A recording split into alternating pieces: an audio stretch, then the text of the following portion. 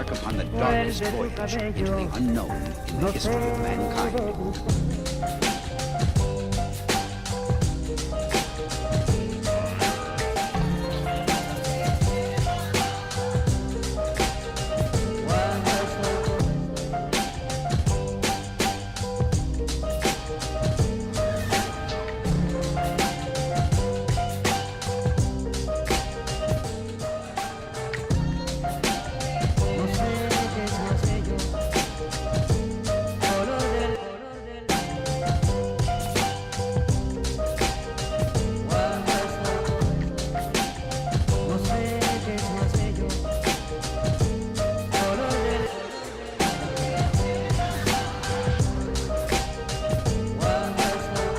Burning lust for revenge pushed him to and beyond the limit where normal men would fall.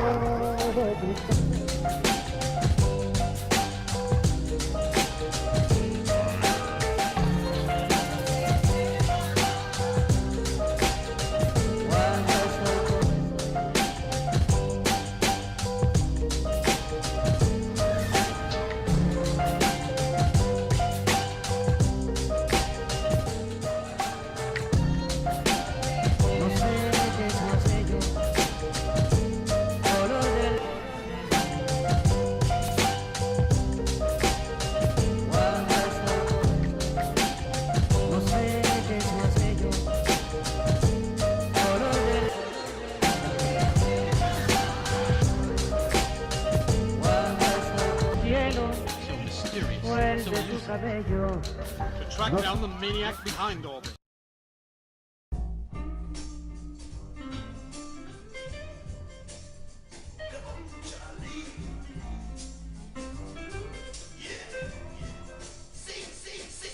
Yes.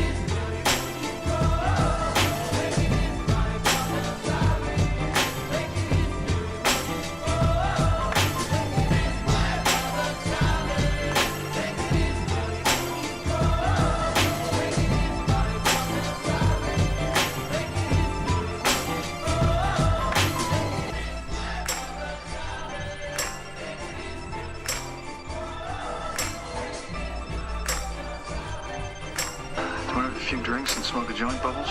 Yes.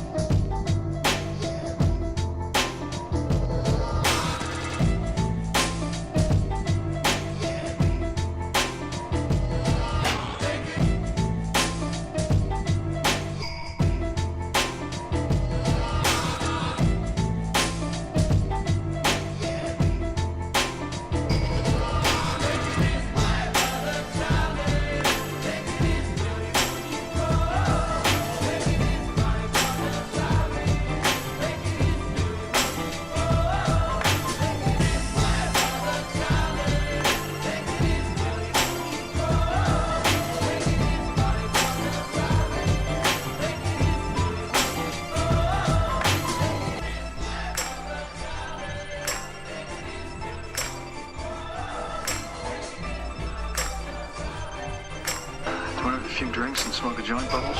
Yes.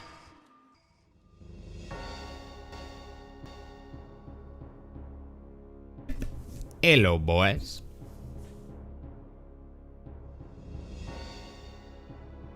You guys remember that time that I played Yu-Gi-Oh! Forbidden Memories for the PlayStation 1? It was a good time. Thanks for the good luck, Cloudbird. Appreciate you. Hi, everybody. How y'all doing today? Oh, me? Oh, I'm doing just lovely, thanks.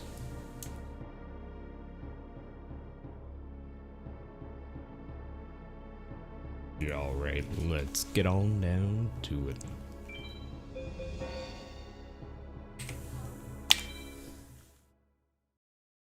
No red shirt means no world record. Very true. Very true. Thanks, Ben. Appreciate you. Hello, Emma. Yes, karaoke is still God. Very true. So I don't have a super long time to stream. This time around I have like maybe 2.5 hours roughly to stream. So not too long today. I figured world record attempts would be a good thing to do since 99% I won't get a run going at all. And 1% I will get a run going, but it'll die quickly anyways, and then like 0.00001% of actually getting the world record, it'll only take around an hour and, an hour and 15 minutes, so not too long. So it's a good thing to do when I don't have time.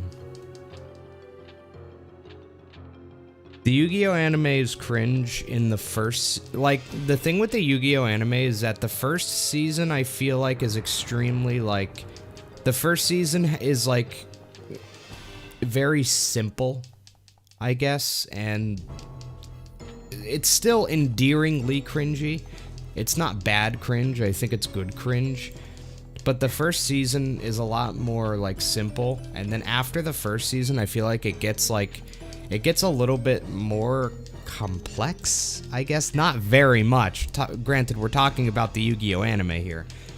But I think that the first season compared to the rest is very different. I don't know.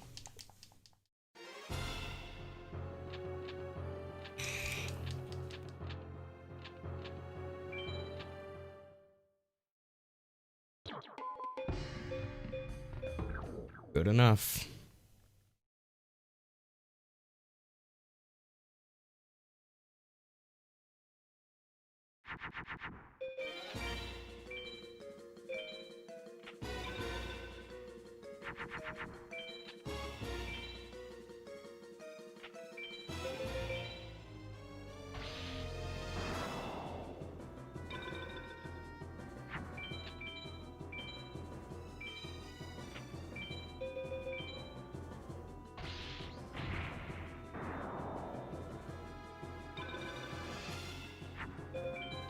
Oh yeah, I'm doing good, Sergio. Thank you.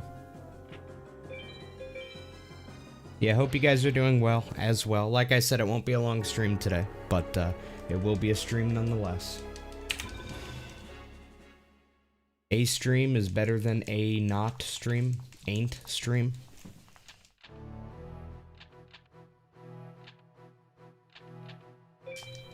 Ooh.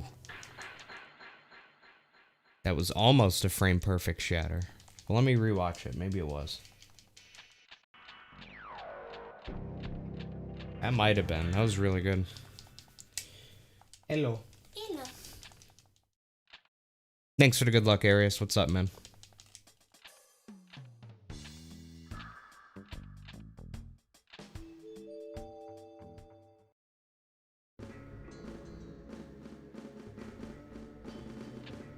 Chad, I don't have much vape juice left. I don't know if you could tell. But I'm running a bit thin. Having to move it around so that it catches the coils and hydrates them so I don't burn it. I have a couple more hits.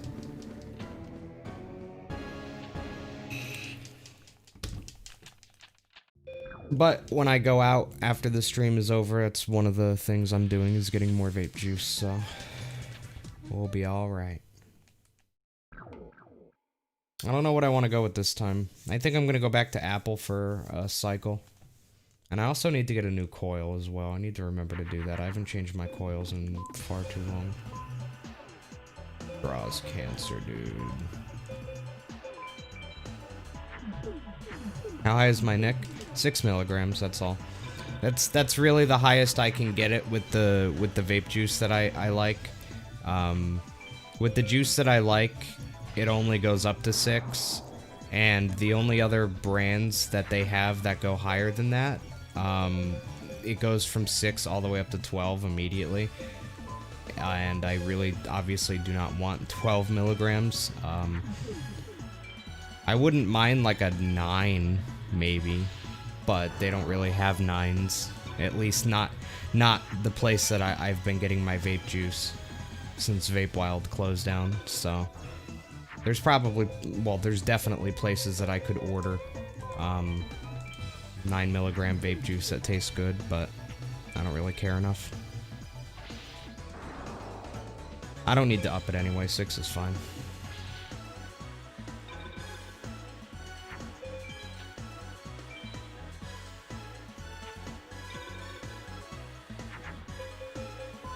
Firm reminder, I have not fused a single card during this duel. Not the best deck, I'd say, boys. Not the best deck. It's going pretty good, Uncle Waffles. I haven't played it in like a hot minute. I have been playing a lot of it, but I didn't play it. But yeah, making a lot of progress. I was like really confused because I saw like there's a lot of like higher level things. Like there's level 36 monsters in the game. I'm like, okay, so there's gotta be a way to get past level 20. And yes, there is. I actually saw the press X to ascend thing where I have to actually advance my constellation, basically, I think, the talents and shit. And I'm like, okay, that's interesting. Fucking C colon in my chat. In my chat, you put a C colon. C colon. I'm going to fucking destroy you if I ever see another C colon in my chat. I'm doing my best, and I'll keep everyone updated when I can about if I make progress past that. And I'm really good with RPG, so it just really fits me, and I like the kind of battle, the way they integrated the battles in the game. It's really fun. Arlene is not bad. I have too many fiends, so at the very least, until I get rid of them, that'll be useful. No point in saving if I die at any point. I need to restart anyway. Anyway, okay. Goodbye. Love you. Love you. Wicked Dragon, Arlene, not bad. So 1, 2, around 3-ish. Jesus, this deck is bad.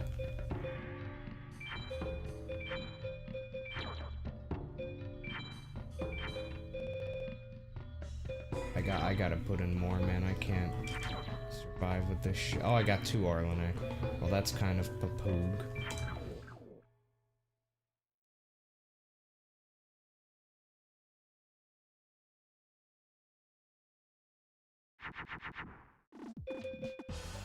Jesus Christ. This fucking deck, man.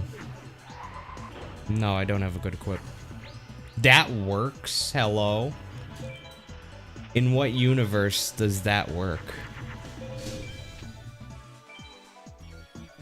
The starting deck was 1 Dragon, 1 Thunder, and Regeki. But regardless, all I really need is Regeki.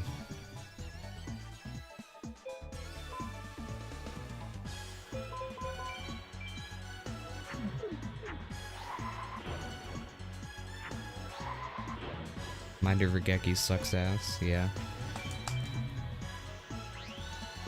At the end of the day, Dark Hole loses time in every single speedrun, so I just won't use Dark Hole.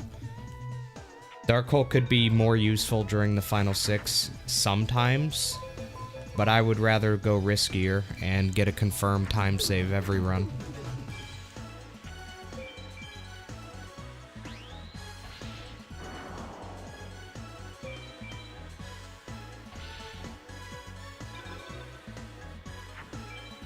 I think the odds of you saving time with Regeki are significantly higher than the odds of you actually being put in a situation where Dark Hole is the reason you win a duel over Regeki. I think that saving time with Regeki happens far more often than Dark Hole winning you a duel you otherwise would have lost. Therefore, I start with Regeki. Because it is optimal.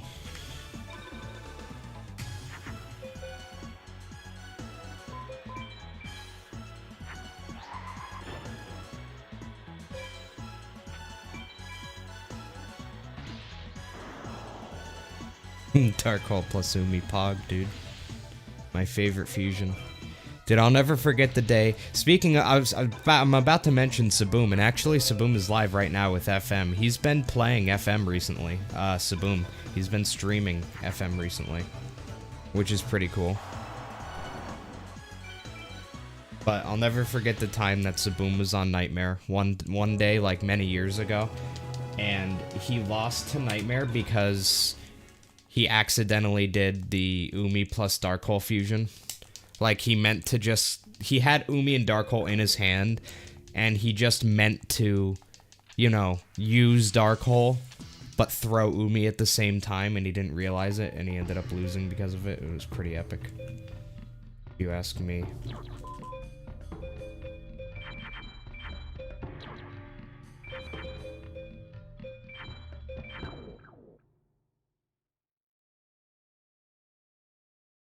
Oh yeah, Big Shield Plays is good too. Yeah, Saboom is a porn website as well, which is pretty epic. We used to make fun of him for that.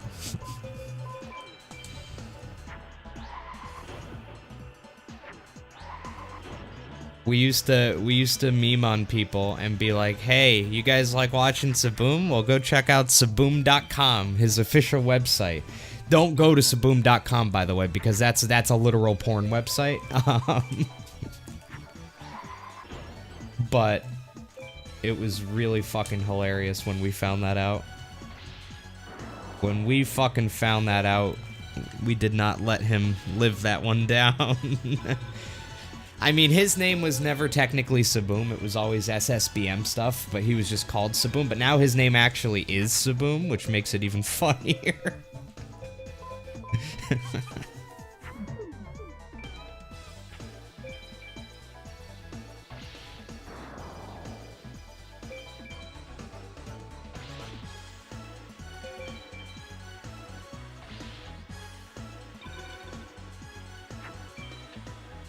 It's been nice seeing him streaming FM lately.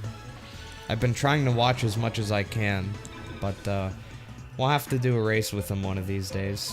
It'll obviously be vanilla, of course. But I mean, I don't really think there's any other way to do it with Saboom. I don't think I ever really want to race Saboom in 15 card or something like that. If I ever do race Saboom, I want it to be vanilla. That's the only way to play with him. Anything else just feels dirty.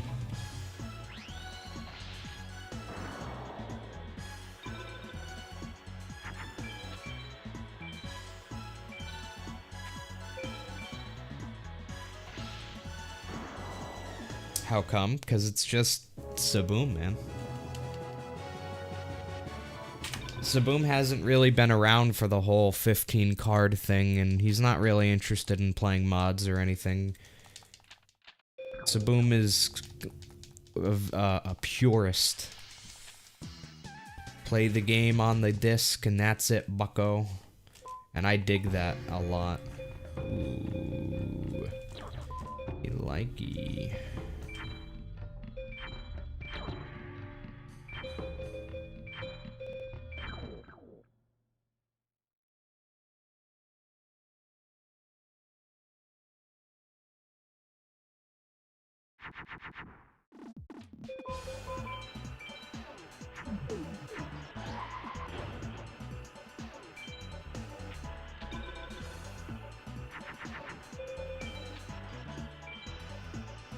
Yeah, this won't be record. This run sucks.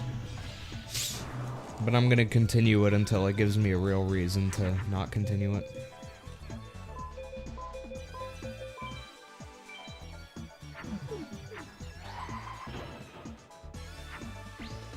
Because at the end of the day, it could still be a top 10 time. Yeah. Top 10 is still worth my time. Realistically, I should be going for like Not even just top 10, but there should be other stuff that I go for, but I just don't really feel the need to go for anything except for top 10. That's all I'm really interested in. Yeah, no, I do have a run better than 216.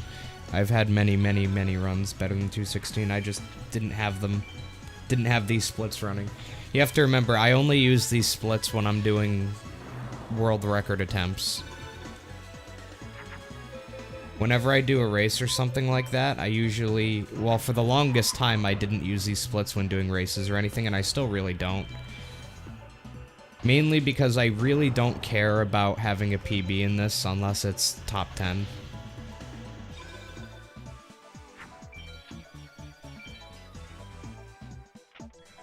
So I don't really feel the need to keep track of my, you know, my 145 or my 144 or any runs like that. They're not really worth keeping track of, in my opinion anyway. If it was like vanilla, then I would, but for some reason 15 card being a mod just makes me care a lot less about it as a category. So because of that, it's really just, if I get a run that ends up being incredibly good, like top 10 level, you know, then that's something that I'll proudly show off, but other than that, I don't really care. In all honesty, I should just delete these splits and run with no splits. Well, not run with, like, no splits. Like, still have the splits there, but just delete the times on the right. Just have it empty. There's really no point in having it there. Or better yet, just input Arius's times. But then again, Arius only really had splits for, in Arius's record, he only had splits for the mages and the final 6, obviously. And I have those actually put into my live split as a comparison so I can see how I'm doing.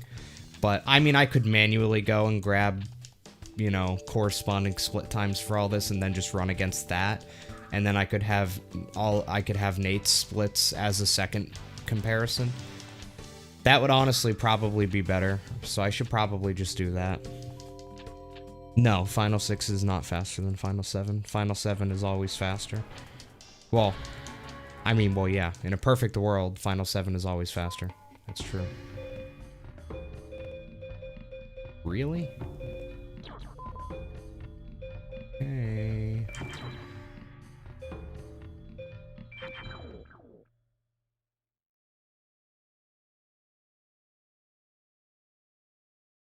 My splits and layout? Okay.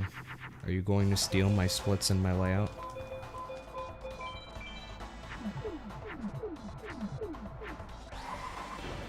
The layout that I spent oh so long making, also known as 0 time making. I downloaded the Yu-Gi-Oh font and then put a picture in the background. That is the extent of my care.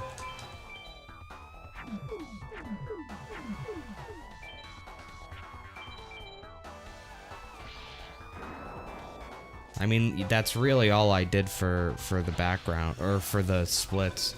Like, all I did, I mean, for one, the splits aren't gonna look like this for you anyway, if I send you the layout. Because, like I said, I had to download a separate font to get this font. So, without the font file, it's just gonna pick some other random font.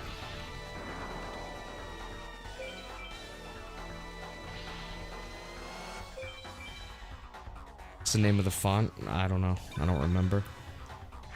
But I can tell you how I probably found it. I probably found it just by Googling Yu-Gi-Oh font and downloading the first thing that I saw. That's like 99% chance what I did. So I guarantee you if you do that, you'll find it.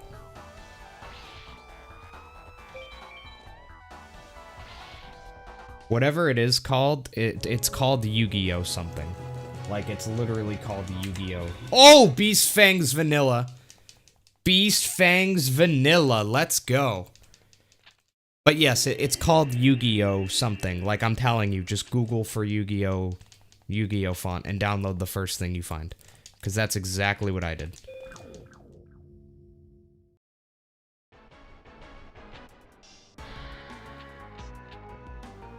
Could there be more than one is the real question.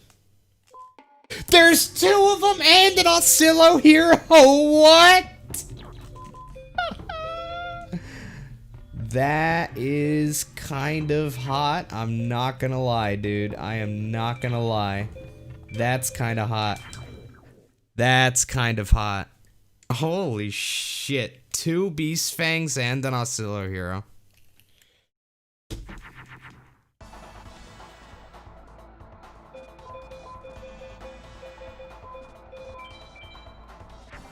That's insane.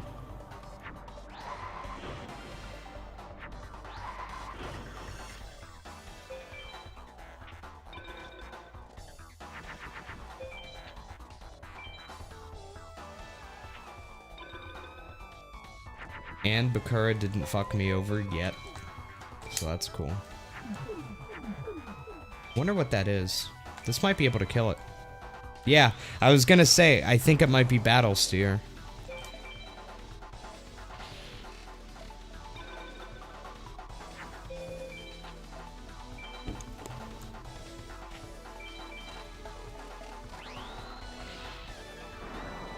Another Battle Steer, not bad. Yo, what's up, 80?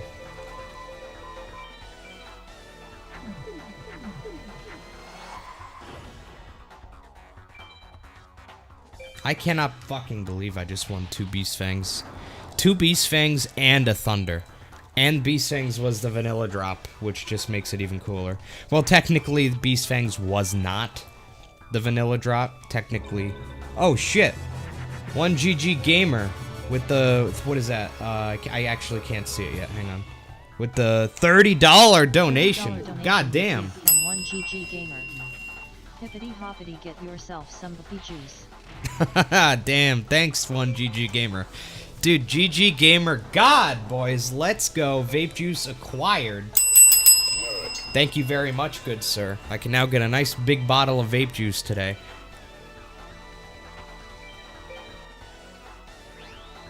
Thanks so much, man. I appreciate it. We've just hit our very big donation goal, quote unquote. Oh yeah. Not paying attention.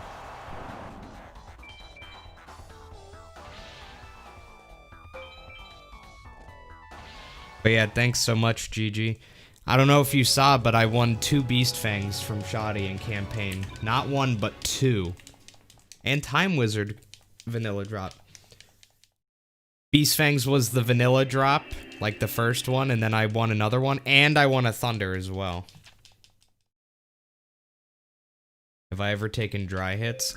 Oh, you mean like there's not enough vape juice, so I just end up burning my coils and fucking up my throat? It's happened before. It's not a fun time when it does. Invis Wire, let's go, boys. Let us go to boy. That's actually not really that helpful, if I'm gonna be honest with you. Well, yes it is, because I'm not going for record in this anymore. I'm going for top 10, because record is, I mean, record's possible, but not really, so there's really no point in holding back my run by doing insane strats, trying to get a record that I'm not gonna get. Which means I do have time for an A-Tech or two, if I want to get top 10, so it is good to get that at least.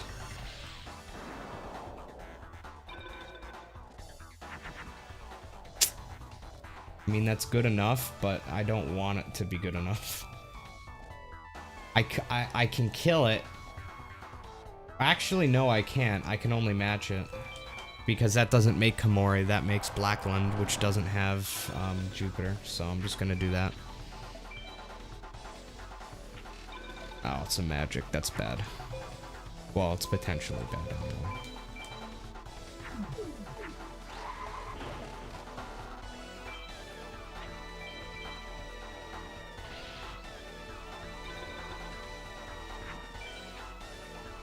Pretty much, Lucas, yeah.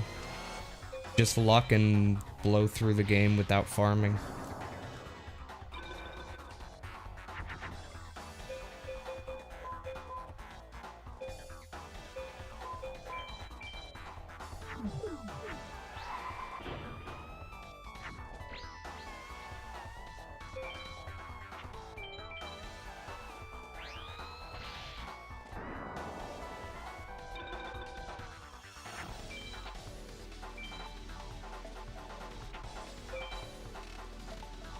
It's still totally beatable. It's just gonna take a good bit of luck.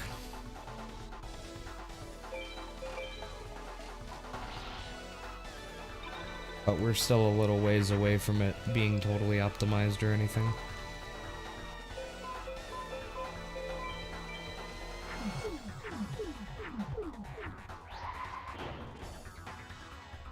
Nope, still no time for my finals. It'll hopefully be within the next week. But again, I don't know yet. I'm ready to do it whenever, but it's up to my opponent, not up to me.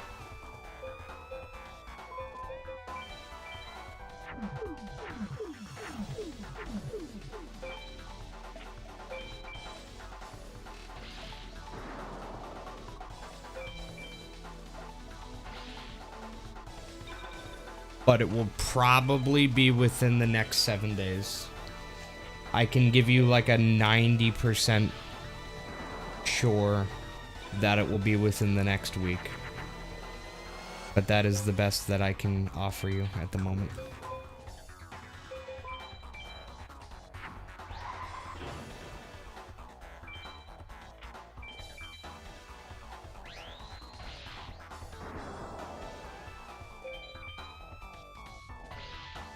I'm ready to do it literally anytime, any day, anytime.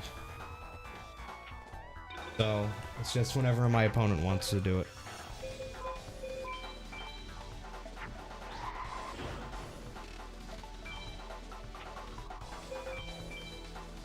Yeah, GCal wants to wait for all of the other matches to be done for some fuck all reason, so that's why we've been waiting for weeks.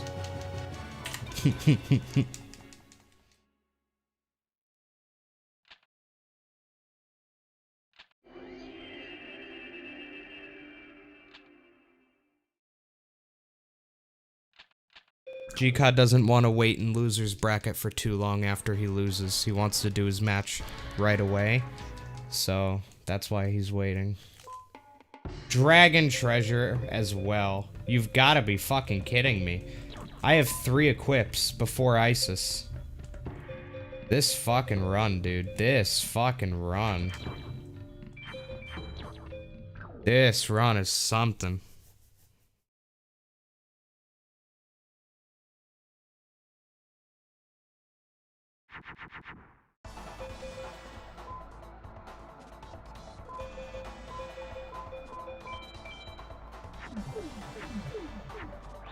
Jesus Christ.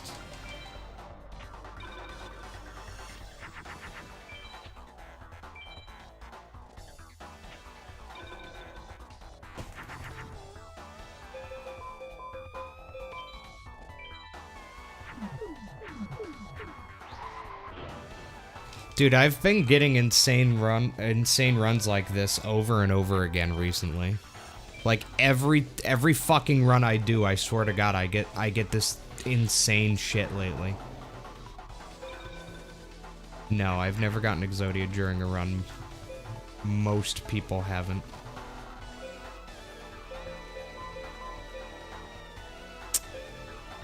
Like I could, I guess. Yeah, I guess I'll just do it. Yeah. I don't think it's... I don't know, whatever. Just do it.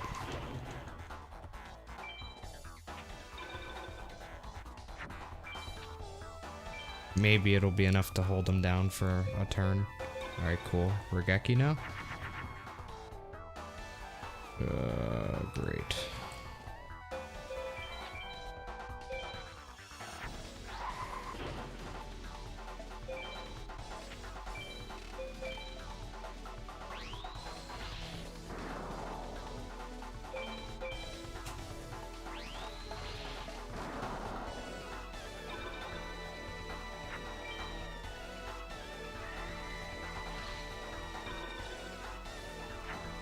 Again, most people will never get Exodia'd in their life, regardless of how much they play the game.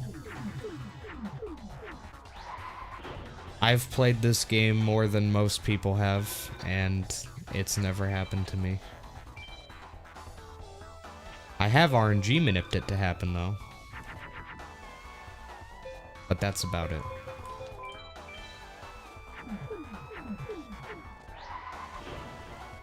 Good golly gravy gosh, am I happy I have Regeki in my deck.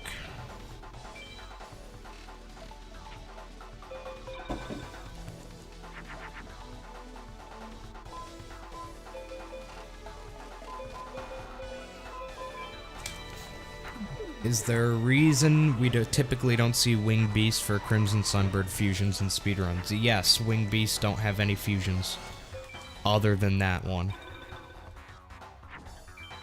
Using cards like regular Beasts is a lot better because you can put plants on it, you could put pyros on it, you could put females on it. The name of the game with FM is having some sort of backup plan, you know, multiple ways to fuse multiple cards. Crimson Sunbird is a shitty fusion because Wing Beast is such a shit type card. It only has Crimson Sunbird. Like, that's it, and it requires typically two fusions, 2 jumps in order to get there. Isis pretty much just drops what she drops on BCD on A-Tech, but at, like, very slightly elevated odds. And when I say very slightly elevated, I mean, like, instead of Dragon Treasure and Widespread being 32s, I think they're, like, 34s or 36s. Like, I mean, very small elevation, but that's it.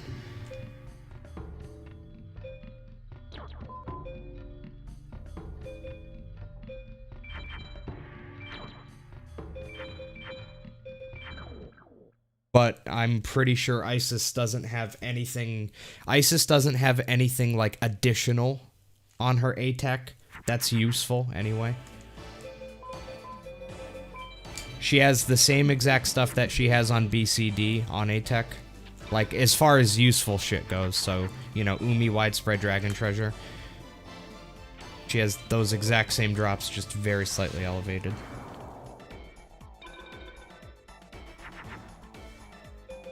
Well, this stinks.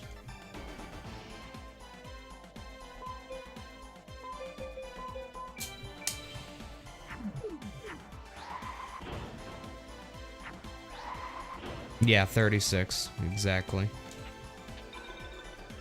So there's, like, there's actually no point in ever A-teching Isis. It's an utter waste of time. Even if you're like, well, this duel's already taking a long time, I would just have to spend an extra 5 seconds and I'd get an A-tech. It's not even worth the fucking 5 seconds. It's so worthless. Alright, well, this run is poopy.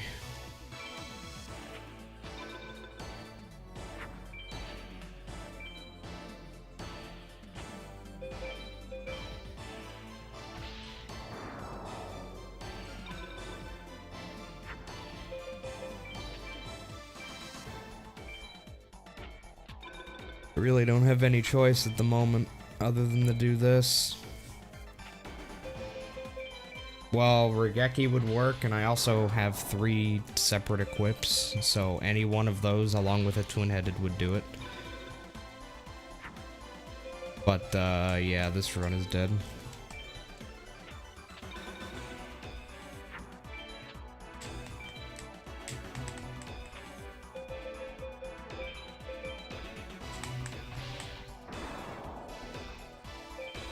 Yeah, at this stage, even if I drew Regeki, it wouldn't matter. I'd die the next turn anyway. Even Beast Fangs, unfortunately not enough. I would need a Thunder. So, only chance here is getting another... I would need to get a full Fake Out, take no damage, and then 1 card draw a Thunder. So, it's not gonna happen, but... it's a theoretical possibility.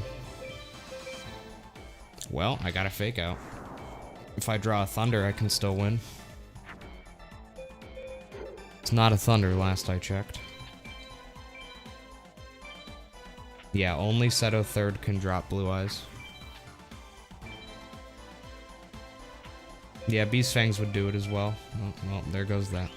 Yeah, drawing another equip would have won it as well. A second one. But alas, none of the above run dead.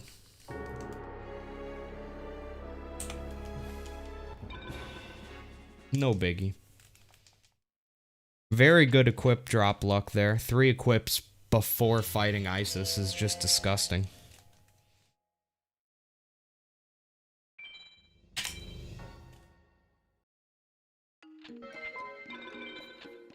S-POW or A-POW, Alberto. S-A-POW. I'm guessing you already knew that, but just to make it very clear for those who don't know, S-POW and A-POW have the exact same drops at the exact same chances. Same thing with B, C, and D ranks. And then the third is S-Tech and A-Tech.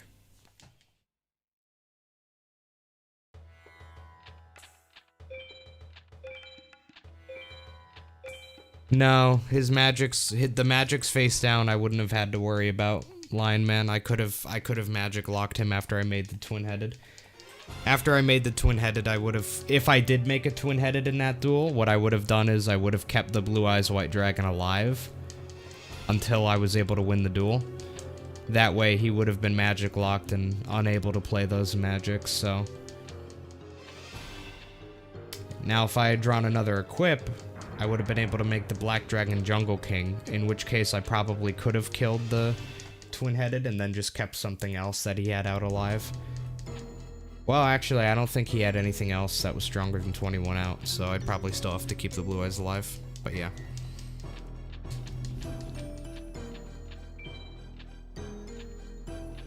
How much time do I think I'd be able to get off of my world record time? It's not my world record time, I don't have the world record in this category.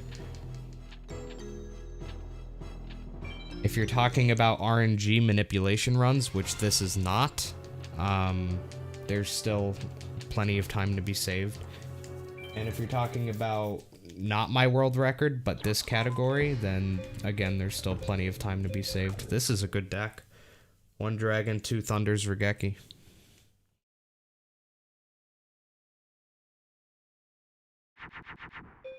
Not to mention there's, you know, a few females, a few usable beasts. Yeah, no, it's fine, Ollie. In this category, there's still a good amount of time to save. But it's going to require very, very, very insanely good luck. It doesn't necessarily require good drop luck. It just requires extremely good AI luck throughout the entire game.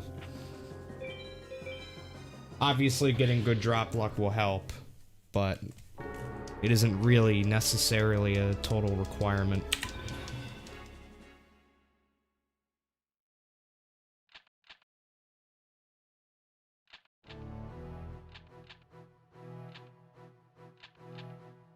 Would it be faster to not play any cards during the Haishin fight? Yes, Taylor. If only it was possible to not play any cards in Yu-Gi-Oh! Forbidden Memories, but unfortunately that's not possible. In this video game, you're forced to play a card every turn. So yeah, that's not possible. Yeah.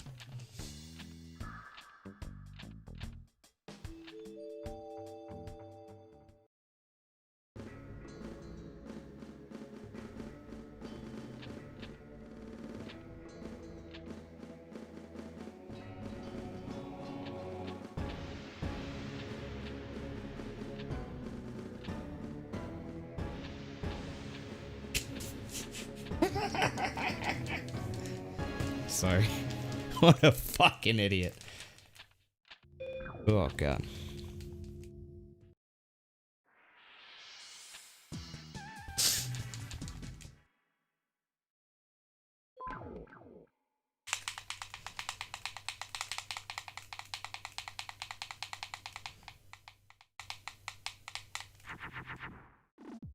Dude, Crocodilus hype, though?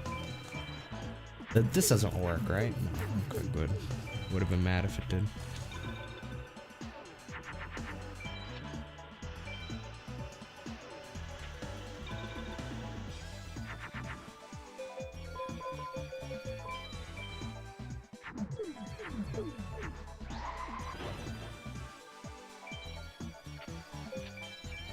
Is there any good fusion for Reptile? Yes, actually. Any Reptile plus either Clown Zombie or,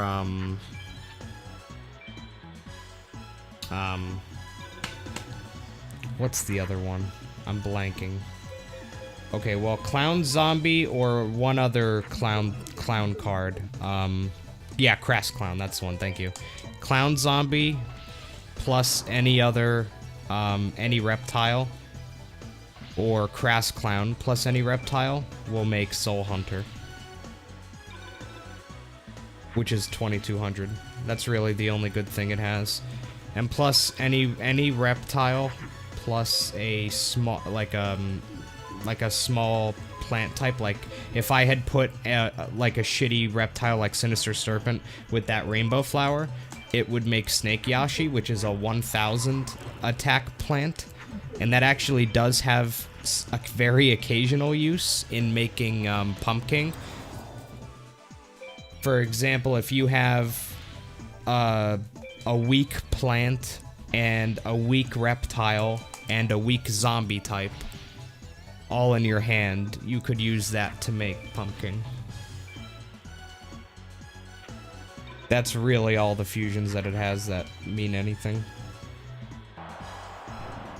No other clown types work. Those are the only two clowns that work.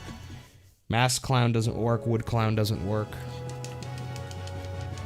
Just the two boys. That is something that I am very sure of.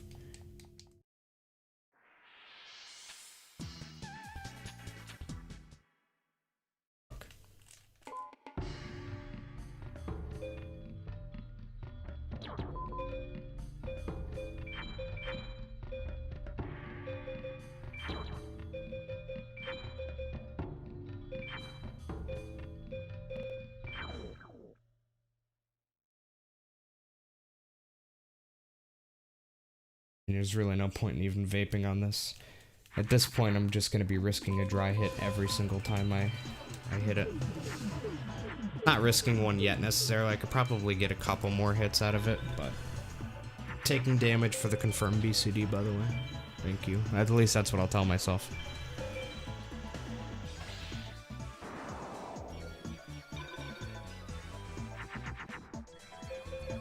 Really? That's a bit of a yikes. It's a bit of a yikes, I reckon.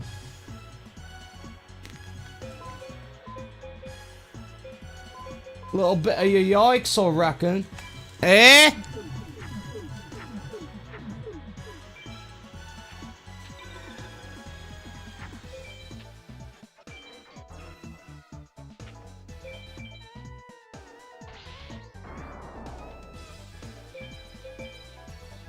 Kuwagata Alpha plus any other... Hey, well, no, that wasn't it. Never mind. Kuwagata Alpha plus any other,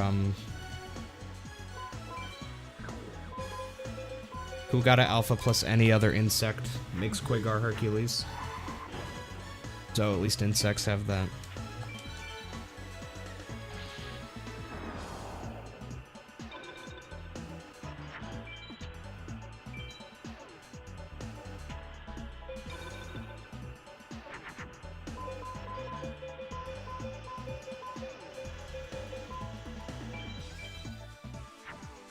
How did I fuck that up? I'm not thinking.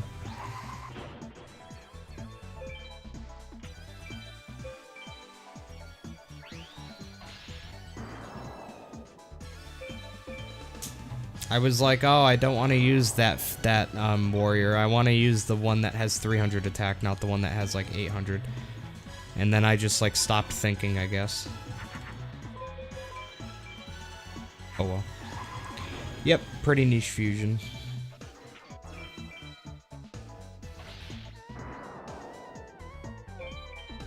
FM certainly has a lot of lesser known fusions. It's really good to know all of these fusions though, because knowing all of these fusions makes early game potentially better for you.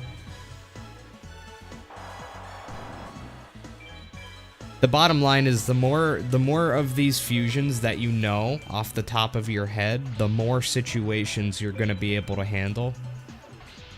Even if it's very rare that one of those situations is going to come up, it still could come up, and it's better to know it than not.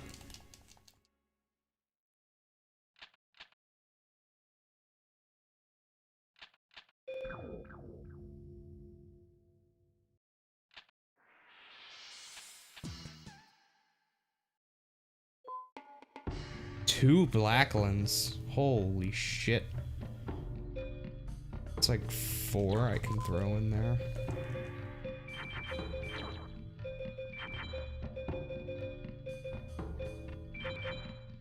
Actually, Mavelus is joining my team as well. And just, I don't want to look at those cards anymore, so I'm gonna go ahead and just fucking get rid of that all I can here.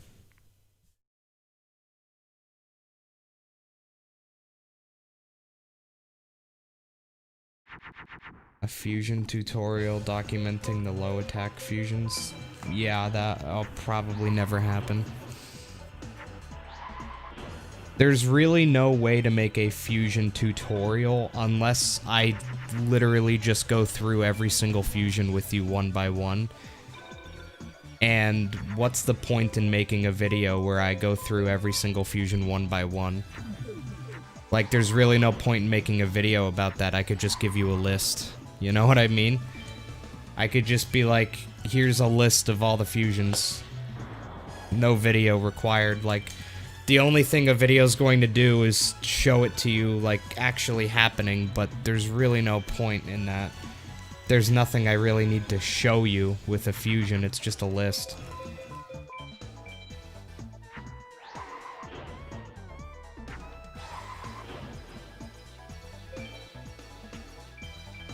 That's why I'll never really make a video about fusion, at least like that. I might make a video about fusion that explains how fusion kind of works to people who are very new to the game, like explaining that it's type based over individual cards, and then maybe explain a couple of the exceptions and things like that. But as far as just listing off fusions, there's really no point in doing that in a video, when a list will give you the exact same information and probably be 100 times easier. Like, this is a case where a list is not only easier to do, but a list would be more beneficial to you than a video. Because at least with a list you can keep looking back and referring to it over and over again. Like, easily. A video would be like, oh, what was that one fusion? You gotta scrub through the entire video to find it. With a list, at least it's all right there. But there's really no point in making a video about that.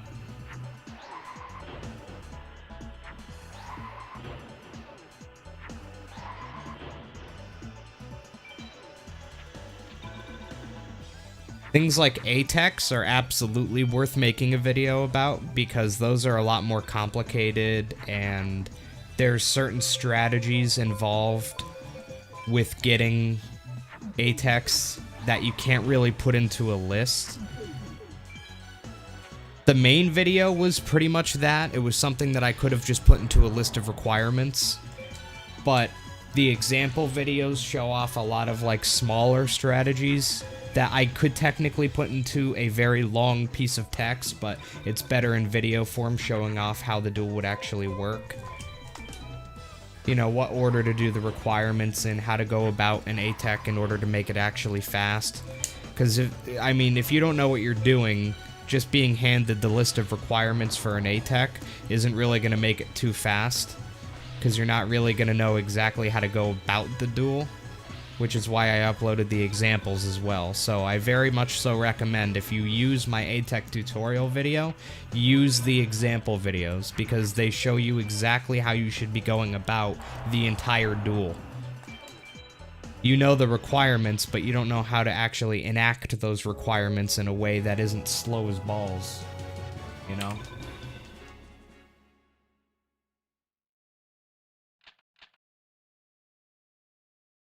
No, there's no mod that goes above 722 cards, at least to my knowledge.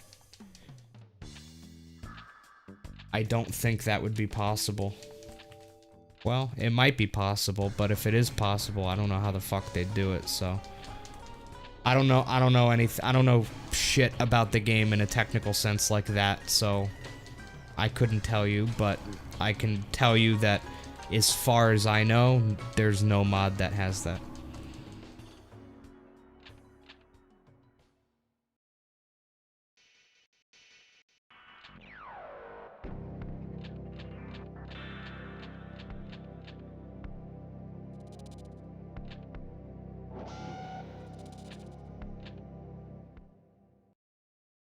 Yeah, as far as I know, no, you cannot add cards. But again, I don't know. I mean, you can obviously do whatever you want. You could add cards all you want if you know how to change the game's code enough. Theoretically, you could just completely code your own PS1 game, make it an exact copy of FM, and add whatever you want if you knew how to do it. Anything is possible if you know how to do it. You know? But I don't think it exists, to answer your question, at least.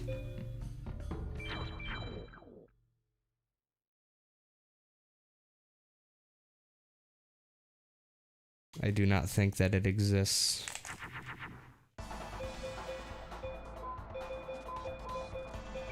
I'm quite sure that with the... At the current time, I'm pretty sure that it's not possible with the current knowledge. The current knowledge level of the people who actually know anything about this game. I don't think it's possible at the time. At this time. At least not possible without a shit ton of effort that nobody's gonna put in just to have card 723. So, yeah. I mean, there's really no point in having more anyway.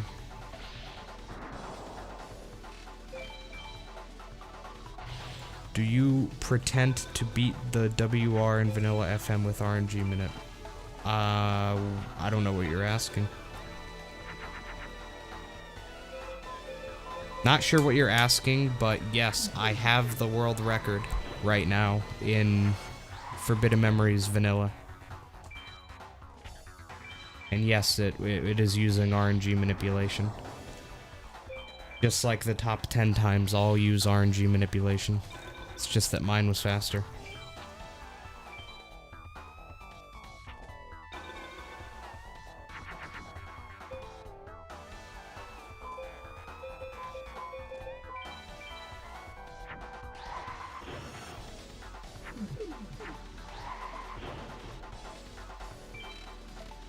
Oh, do I intend to beat it? Maybe that's what he meant. Yeah, I'll beat it eventually. Oh, do I intend on getting a new world record? Like, do I intend on trying to beat my world record one day? Yeah, I will try to beat my world record one day. I'm not doing that right now. But yes, eventually I will try to beat my current world record in Vanilla Forbidden Memories.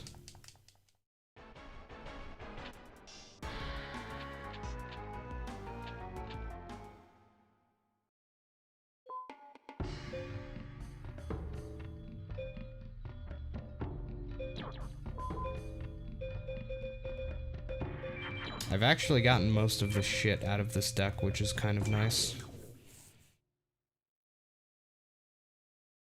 This deck is not bad overall.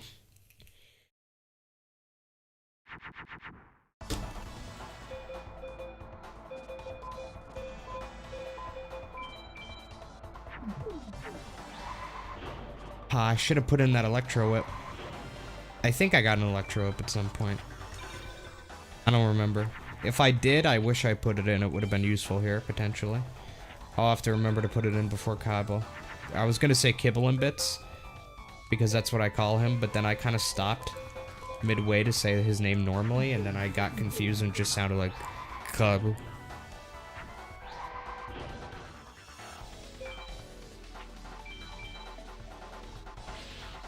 But yes, Star Blue, I will beat my world record soon.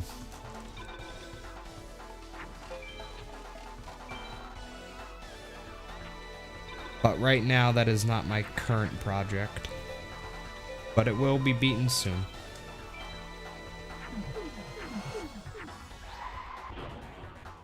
It's not possible to get Blue Eyes Ultimate Dragon even with the code, but you can ritual summon it, but that's it. The only way to have Blue Eyes Ultimate Dragon on your side of the field is by doing the ritual for it. Even if you had infinite star chips, you cannot buy ultimate.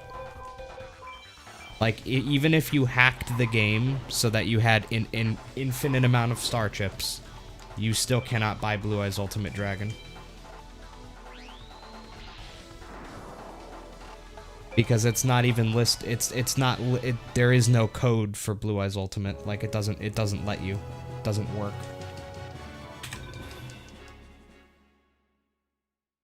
Same thing for Gate Guardian as well. The strongest card you can actually buy with star chips, assuming you had 1 million star chips, is Perfectly Ultimate Great Moth. That is the best card you can buy with infinite star chips. Any the cards that are better than that, you can't buy.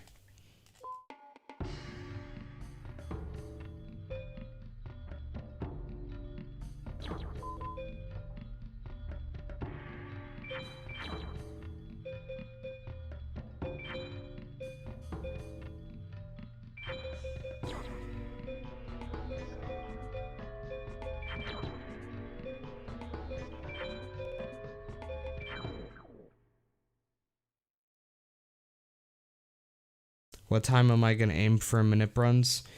That's a good question. I'm honestly not too sure just yet what I want to aim for. I don't think I want to aim. I'm not gonna be doing the sub 1 attempts yet. I don't think the strats have really changed since I last did runs 10 months ago. So assuming the strategies are gonna be roughly the same, like no world tournament manip yet or anything like that, then I will likely just do, I'll probably gonna aim for sub 110 for the moment. For the moment, I'll aim for sub 110. And then I think that after I get sub 110, I think that's when I will start, like, really looking into, World Tournament manip and, you know, making some faster strategies to start eventually moving towards the sub 1 attempts. But first, I want to use the current strategies in order to get a sub 110, and then after that, we'll start looking at changing the strats to get it lower.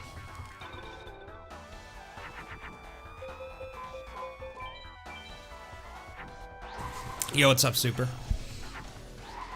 Do I think the normal speed run without RNG manip is dead? No, absolutely not. They're separate speed runs. They're not really the same speed run. Obviously, vanilla without RNG manip cannot compete with RNG manip. They're totally separate speedruns. They can't compete with one another. But I still think that there's lots of value in doing runs without RNG manip and vanilla, so I don't think it's dead at all now. Who's running it seriously nowadays? I don't think anybody at the moment. 15 card kind of came in and took up everybody's collective conscious at the moment. We're all kind of working on 15 card mod because it's just a lot of fun and a really good change of pace, but eventually people will go back to doing vanilla stuff. I guarantee it.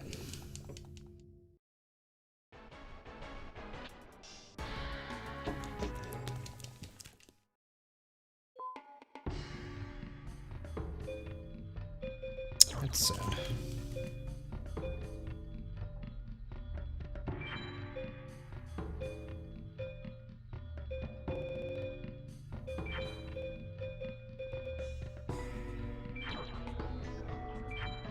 I have 3 Umis, okay.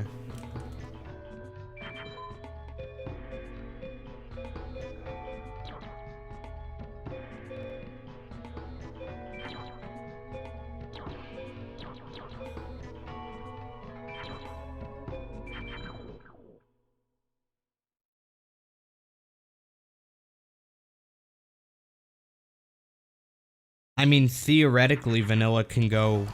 Oh, wow, look at that. That's the draw right there, boys. Theoretically, vanilla could go all the way...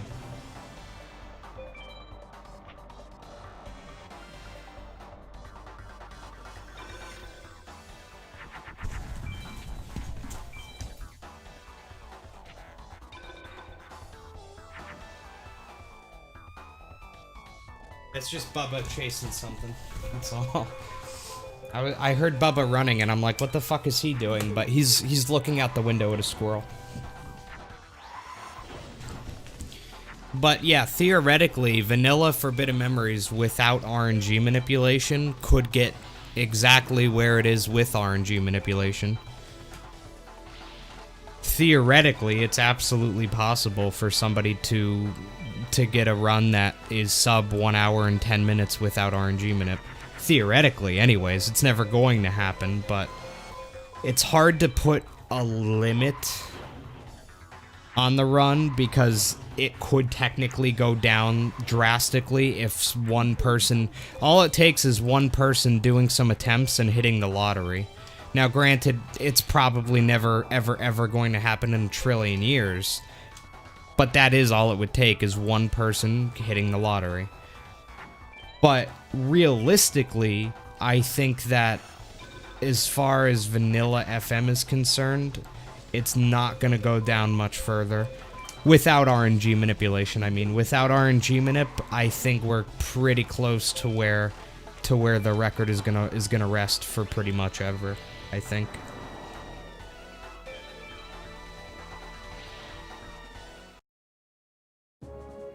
Yeah, RNG manip isn't for everybody. RNG manip runs of Forbidden Memories are extremely different to regular runs. It changes the entire speedrun. The entire speedrun goes from, you know, only really being about extremely good decision making and having that hype of potentially good or bad RNG, like winning a dragon treasure and 2 dragons right there, and it kind of turns it into like just performing insanely difficult tricks over and over again to get good runs. It's a very different run is what I'm saying. I'm not trying to say like, oh, people who don't like RNG manip just can't handle the fact that it's skill-based. Like, I think that that's a very, very incorrect way to think about it. It's a very different speedrun, and I could definitely see why it wouldn't be fun for a lot of people.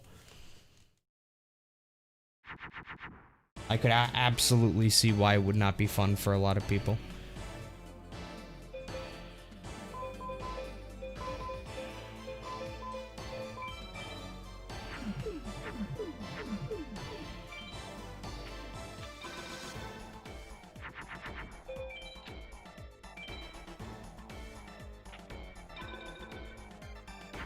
Oh, that's cool, Alfarg. You mean like today?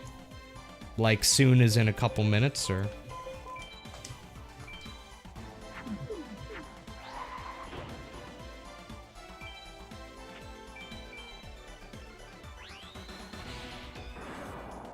Half an hour? That's cool. Yeah, no, I won't be commentating. Like I said, I have stuff to do tonight. I'm not gonna be home. I have to stop streaming in about an hour, so I'm not gonna be home tonight, so yeah, no, I won't be commentating it.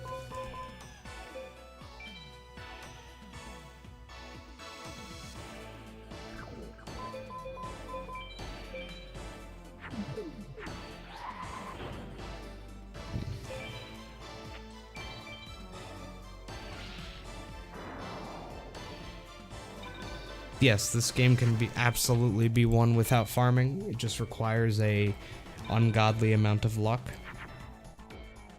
But can it happen? Oh, hell yeah, it can happen.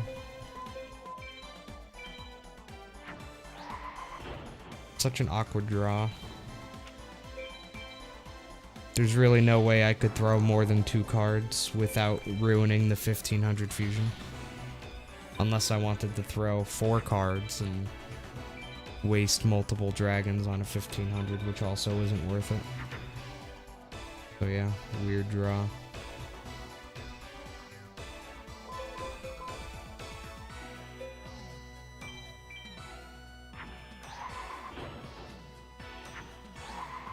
I got Dragon Treasure from Isis and Campaign. Auto. That's it though.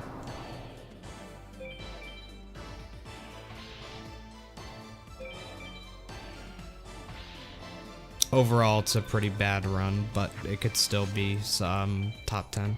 So I'm gonna continue it for now.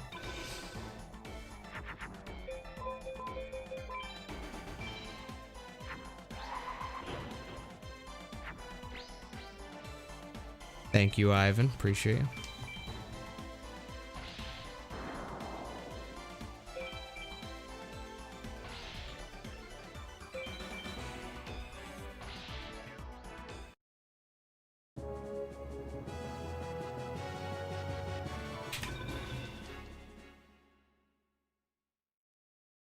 Yeah, Bubba's just being playful.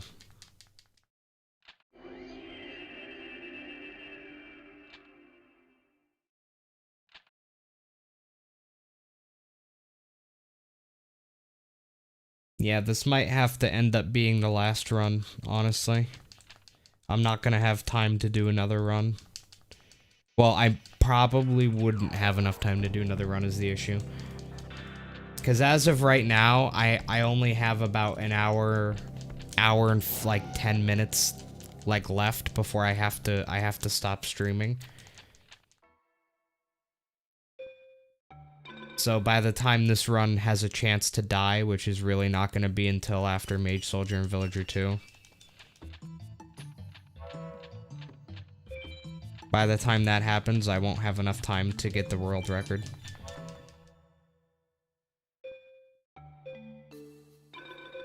In order for me to start a speedrun of this, a world record attempt of this, I need to be able to actually finish the run. God forbid it came to that being a potential thing, you know? 2 ATHs, 1, 2, 3, 4, 5 dragons, 6 dragons, 6 dragons, and 2 ATH.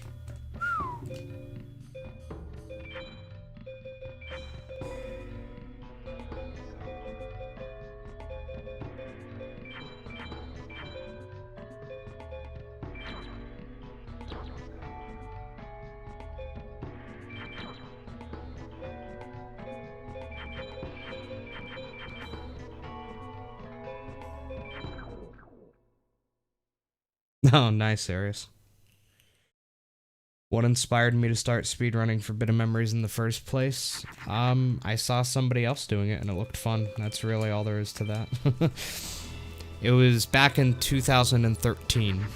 Early 2013. I had never played Forbidden Memories before, and I had never seen Forbidden Memories before, never even saw the game before.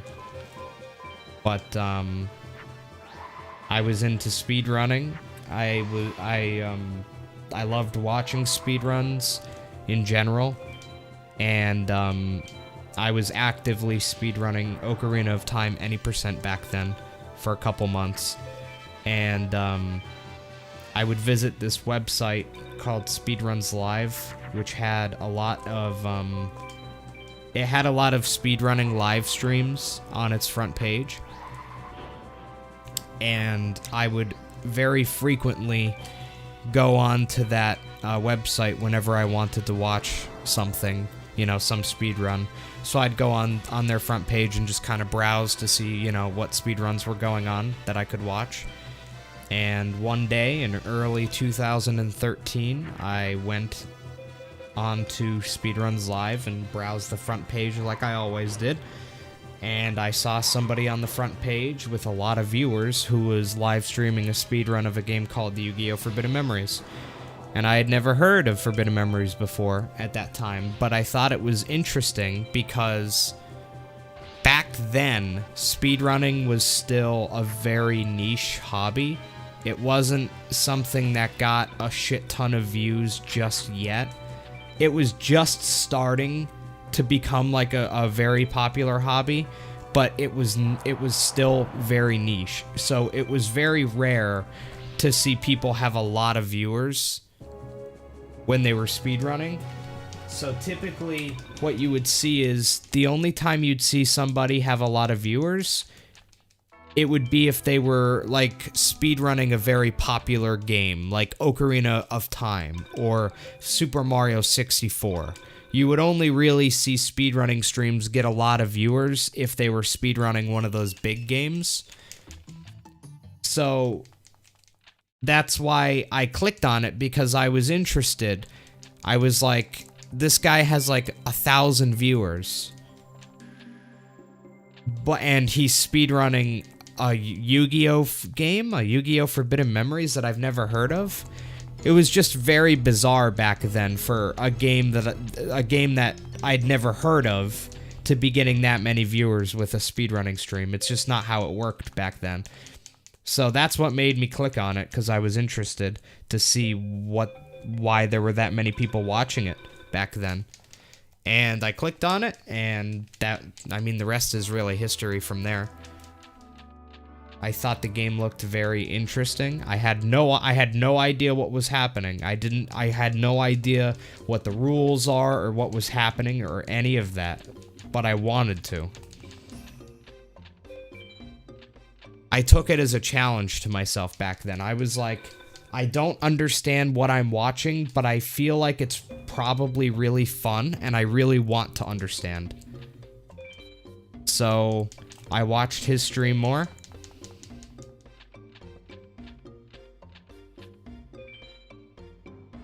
And after a little while of watching it, I was like, well, this seems like it'd be a lot of fun. I want to try it myself. So I downloaded a ROM of Forbidden Memories, and I played it casually for the first time. And I probably spent around a month playing Forbidden Memories just casually. You know, learning how to do everything. And just having a good time with it. Whenever I got some spare time, I would load up my file and do some meadow farming or something like that. I ended up making a very overpowered deck, I remember. And after I finished that casual run, that took me about a month, like I said, I decided that I wanted to get involved with the speedrunning community for it. The speedrunning community for Forbidden Memories back then was extremely small, probably less than 10 people total. But they seemed to be really good friends with one another, and it seemed like a very fun place to be. They would do races sometimes that I would watch, and it just looked like they were having a ton of fun in their Skype call together. So I really wanted to be a part of that. So I remember I messaged Saboom, SSBM stuff, on Twitch. I DM'd him on Twitch back then. And I told him, hey, I've been watching your streams. I'm an Ocarina of Time speedrunner, and I kind of want to get into Yu-Gi-Oh! I played it casually, and it was a lot of fun. And, I was wondering if I could maybe join some of the races that you guys do or something like that. And Saboom was incredibly inviting, incredibly accepting of me. He replied back. He's like, yeah, man, we'd love to have you. We'll invite you to our Skype group that we have for the game, for speedrunning the game. You're welcome to join that and then join in on all the calls and races and stuff. Hope to see you around. And he was just really inviting. So, yeah, that's how I joined the community.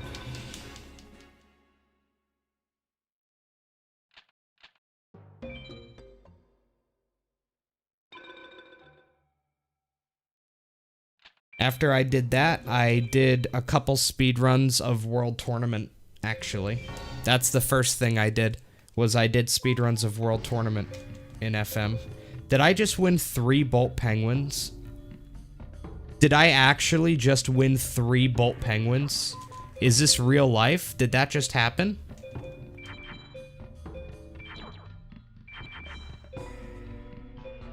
Did that actually just fucking happen?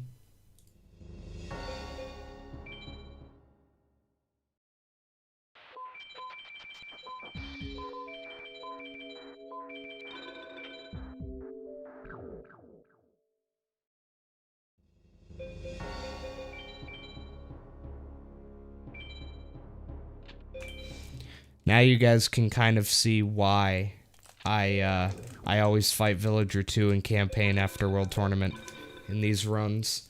I simply think it's worth the time. At the end of the day, I simply think it's worth the time.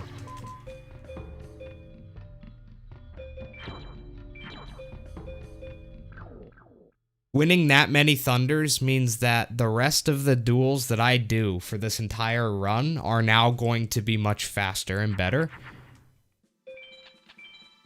So the time that I spent fighting Villager 2, I'm almost guaranteed that I'm going to get that time back with my duels being slightly faster.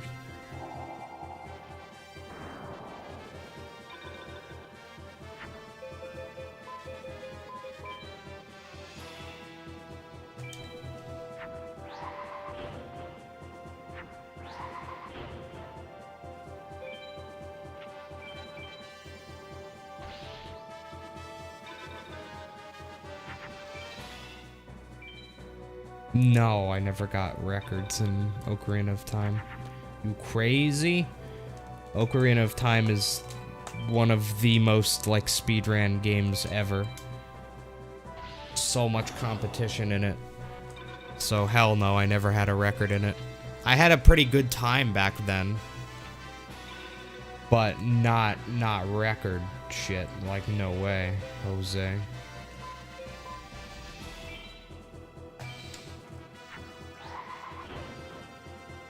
I can still get a good rank here, actually.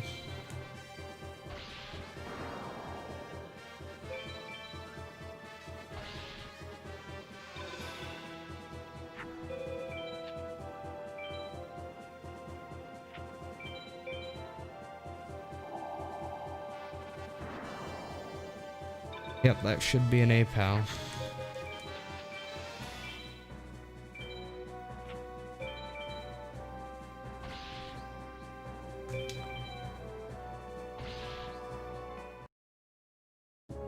Yeah, I met Cosmo. No, actually, no, I didn't meet Cosmo, I don't think. Of course, I get the worst 15 drops fucking ever. No, I never met him. I went to GD... The first time I went to GDQ wasn't until, like, 2014 or 15. Which was after he already had a complete mental breakdown and turned into an absolute piece of shit. So, they were not involved in speedrunning anymore at that point, I believe.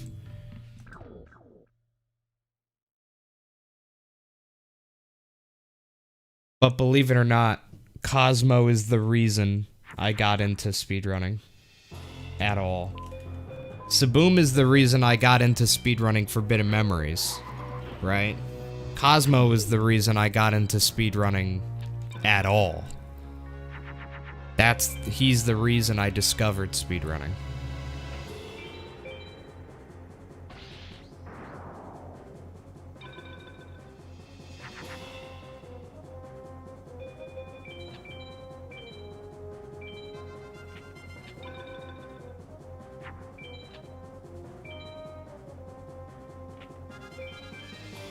He's not buying it.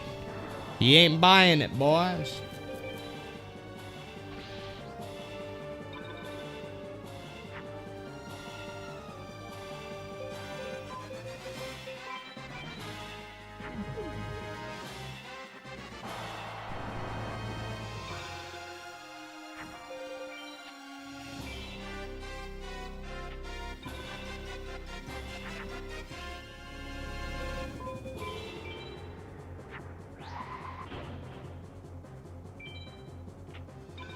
Yeah, same here, Bobby.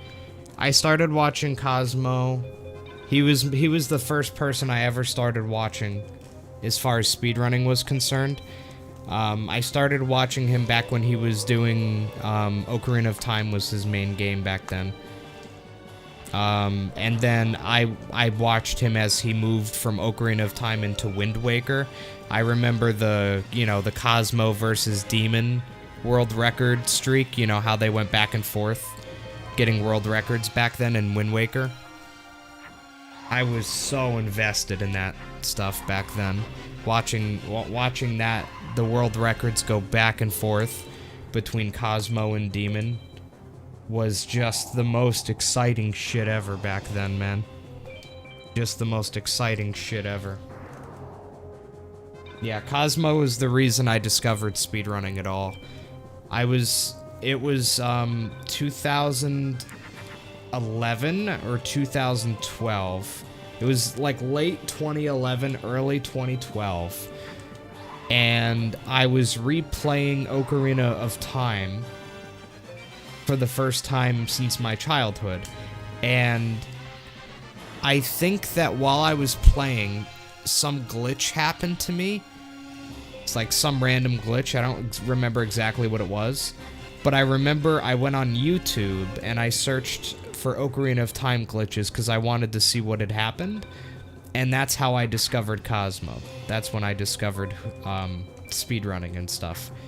I found some of his YouTube videos that way, and I was just completely mesmerized by his Ocarina of Time speedrunning stuff, and I got into watching him live, doing Ocarina of Time, and eventually Wind Waker, and it was just amazing. By the way, that's how you win a fucking Capura duel. If this guy drops GG, you're fucked laughing emoji. Uh-huh. Well, he dropped GG, Dante. And I'm not fucked, am I, buddy? Laughing emoji. That's how you fucking fight Capura. You poopies. Wow, look at that. Is that like 5 dragons? 1, 2, 3, 4, 5. Yeah, I can only use 4 of them, but still. I don't even think I want that many dragons at this stage. I don't think having that many is actually going to help me. It's really not going to help me to have any more at this point. I'm at 13. Like, maybe I'll add like 2 more, but there's really no point in having any more.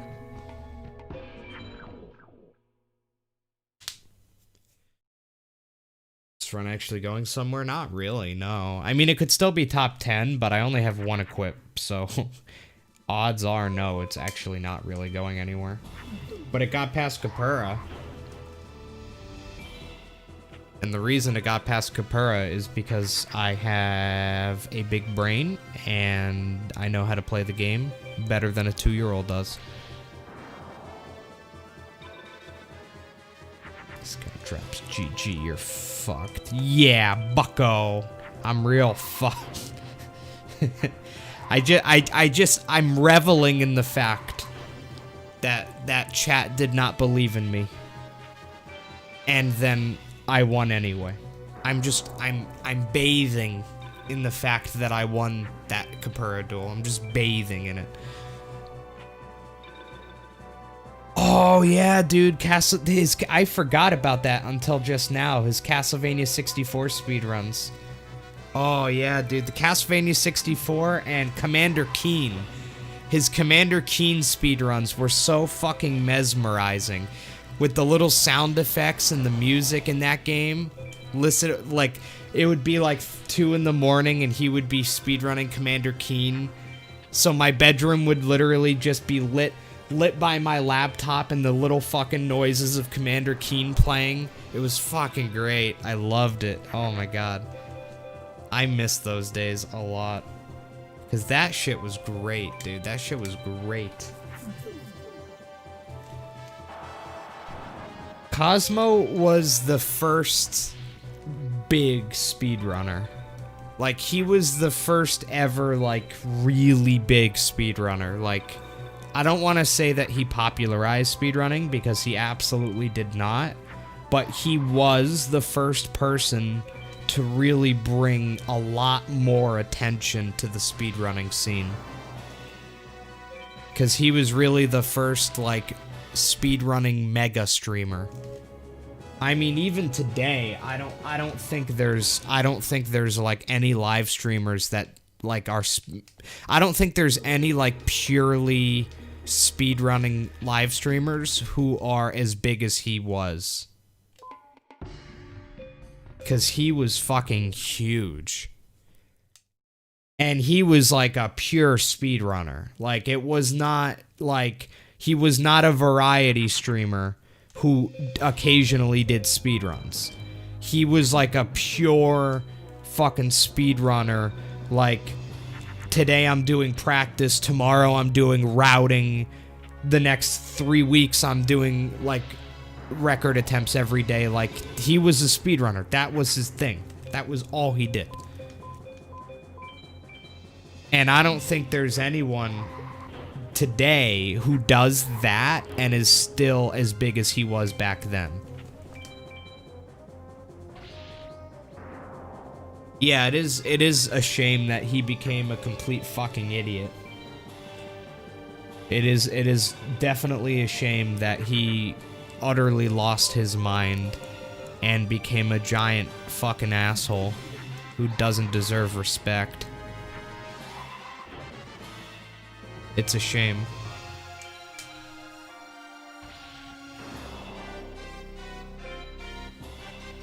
And no, I'm not saying that because he transitioned into a woman, right? That has nothing to do with it. It has to do with them being a complete fucking imbecile, really. Just a complete idiot. I know many people who have transitioned and are like totally normal, respectable, not asshole people. But unfortunately not Cosmo/Narcissa. That is a person who is actually just a giant piece of shit. Granted, they became a piece of shit right at the time they announced that they had started transitioning. But just because it happened at the same time, I'm not saying that that's a bad thing. That's a fine thing that they did. You want to transition, be my guest, right? But when you become an asshole, I don't care what your gender is. If you're an asshole, you're an asshole. And Cosmo/Narcissa is an well, actually, no. Cosmo's not an asshole. Narcissa's an asshole. Cosmo's great, okay? Cosmo's fucking awesome. Narcissa, on the other hand, is a cunt.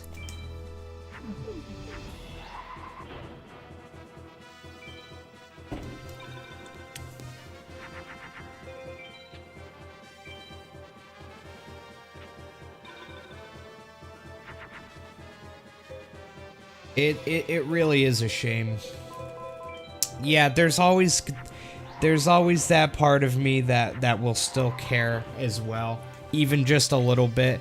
It's really hard to these days just because of the stupid shitty shit that they've done, but you know, getting me into speedrunning completely changed my entire life. So there's something in that. What I've done in my mind is I've kind of separated Narcissa from Cosmo in my mind. Like, I kind of have them in my mind as just like two separate people. Cosmo is dead. Narcissa, the asshole, was born on the day Cosmo died. Like, because it's kind of true. They were totally different personalities. You know, they're just utterly different personalities. One of them was not a dick and the other was a dick. So I don't know. I haven't checked on Narcissa in a long time though. It's been a few years at this point since I've really checked in or seen what they were up to.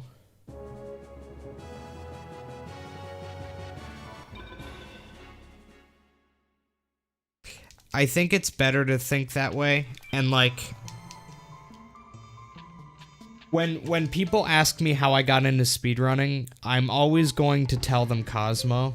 I'm not going to say Narcissa got me into did I just win 2 dragon zombies from Low Ocean? That's kind of weird, but okay, go off. Look at this. 3 perfectly. That's so great. That's actually really good for my deck. Hell yeah on that? Can I get a hell yeah? But, like, when people ask me how I got into speedrunning, I'm always going to tell them Cosmo, because at the time, that is the person who got me into it, right? I don't want to say that Narcissa Wright got me into speedrunning because it's simply not true. If anything, if Narcissa was the first person I found when getting into speedrunning, I probably would have been a detriment to me entering the community. But, like, when people ask, I say, yeah, Cosmo is the person who got me into it. Yes, they've transitioned since then, but at the time, that's who they were.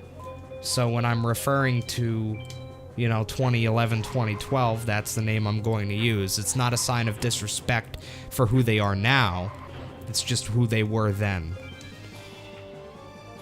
And I don't mean to be disrespectful.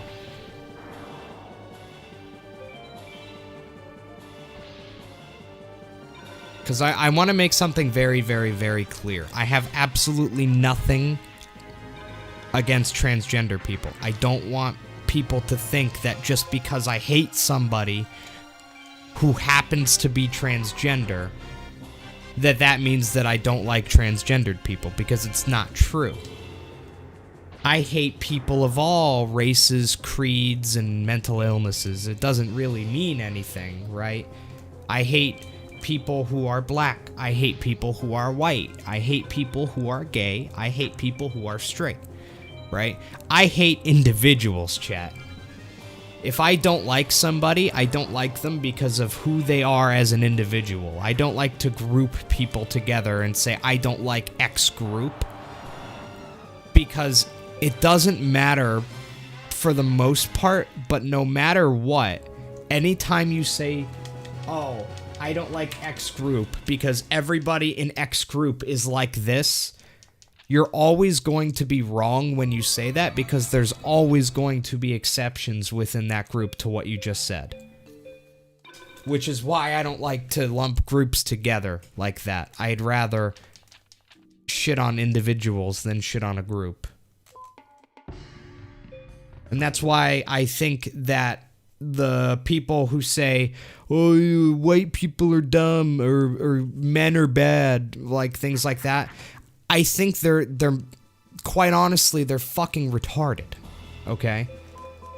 I think that they're very stupid people, because at the end, and I know it's like, oh, you're one of those not all men people, as your fucking chromosomes begin to fucking duplicate in front of my eyes, right? But yes, I am one of those people. That's not a bad thing. If anything, it's a bad thing to be generalizing and not be an individualist, which you should be. Shit on, because no matter what, anytime you shit on a group, you're wrong. No matter what, there will be exceptions to what you're saying within that group, therefore making you wrong. So if anything, I'm the one who's correct.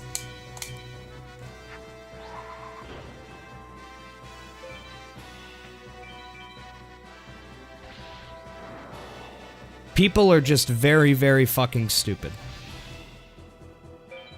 And I think that the people who are legitimately sexist against women and the people who are legitimately racist against black people, I think those people are just as bad as the people these days who are sexist against men and racist against whites.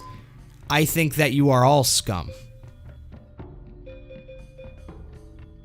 Just because it's become socially acceptable to be racist against whites and to publicly hate men, quote unquote, just because it's socially acceptable within your echo chamber doesn't make you any less of a fucking human scum, okay? So I just want anyone who thinks like that to just know in their heart of hearts that you are, in fact, human waste and a waste of the oxygen around me.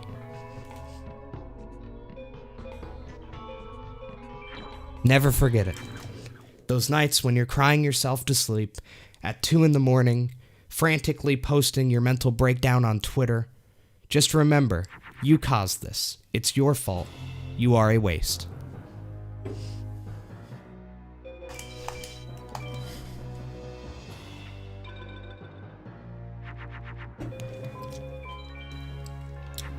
All done. Yeah, sorry about the little rant there.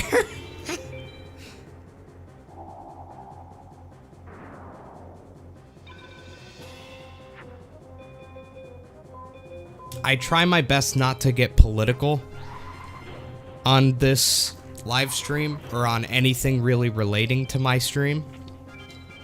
But at the same time, I don't really think it's a political opinion to shit on these people.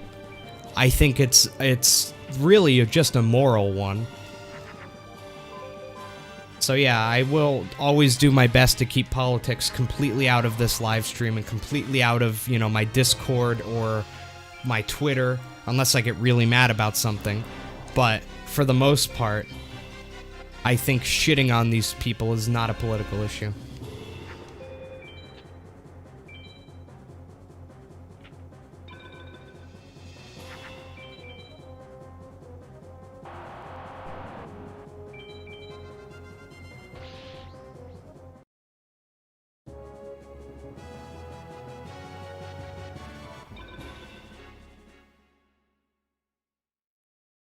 No, that was there. Have I ever tried Yu-Gi-Oh! The card game? Sorry if you've already answered. I haven't given it an actual try. If that makes sense. Like, the point that I'm making is that when I was a kid, I had Yu-Gi-Oh! Cards, and I quote-unquote played Yu-Gi-Oh! Sometimes with my friends, but in reality, we had no idea what we were actually doing. We were just kind of playing with the cards. We weren't really playing the game the right way or anything. So in that sense, no, I haven't actually played the card game. I fake played it when I was younger, and since then, I haven't done anything with it, no.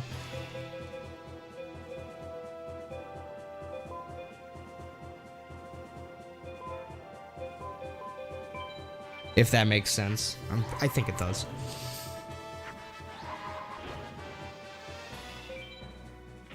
How old was I when I started to like Yu-Gi-Oh? I don't actually even remember. Like, I liked Yu-Gi-Oh as long as I can remember. Like, some of my earliest memories was watching Yu-Gi-Oh in front of the TV. We had this big, like, CRT TV back in the day. And whenever Yu-Gi-Oh would come on, I had this big bag of Yu-Gi-Oh cards. And what I would do when I was young is whenever I heard Yu-Gi-Oh coming on the big TV, I'd grab my cards and I would sprint to the right in front of the TV. And anytime they would use a card in the show, I would look through all of my cards that I had and I would try to find the card they just played so that I could play it as well, like along with Yugi or whoever else was dueling. So, you know, they would use a battle steer and I'd be like, "Oh, where's my battle steer?" and I'd try to find it. And I did that all the time back then. I did that all the time. That's some of my earliest memories was sitting in front of the big TV in the living room with my Yu-Gi-Oh cards, trying to locate the same cards that the people were playing. Did I just win 3 Yamatanos? What is going on with winning like many of one good card? Like, it's so weird. Yeah, Lil GFC was doing that. Lil GFC was a cute kid. Turned into an absolute fucking monster, if you ask me, but... Lowercase GFC.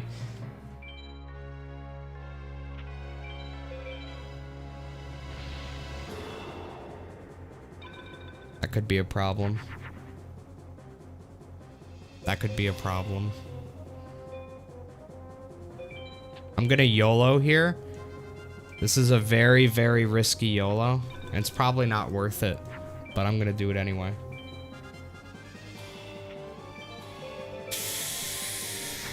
That's actually fine. That's actually the best thing that probably could have happened, is that, because now when I play that Umi, I'll be able to kill it, and there'll be no monsters on that side of the field, so I'll be fine.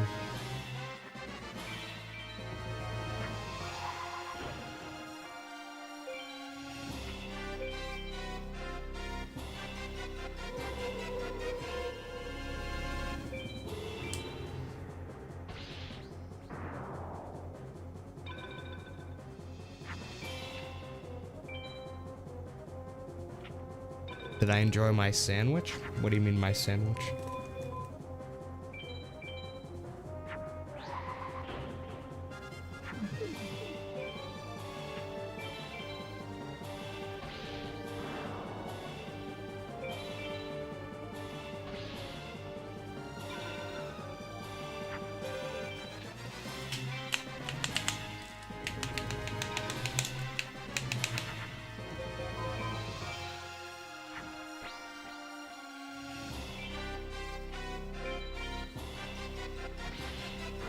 Alright, we managed to beat everyone. All of the mages, surprisingly, without losing.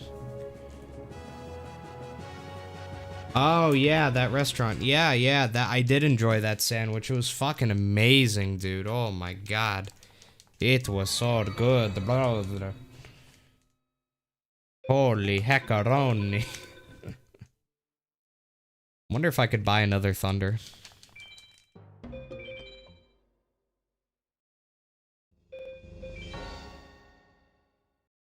Yes, I can.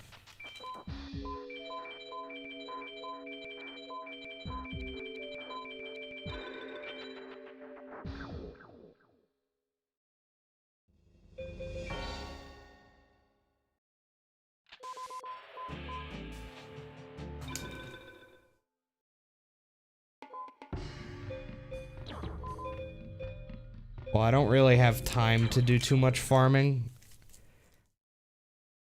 I have like 21 minutes until the time I need to beat goes by, so I need to kind of hurry my ass up. But I only have one equip, so my plan right now is I'm gonna do one duel here against Mage Soldier, because that's where I have the highest chance to get a Dark Energy. And then I'm gonna do one Meadow Mage SA POW, and then I'm gonna move on.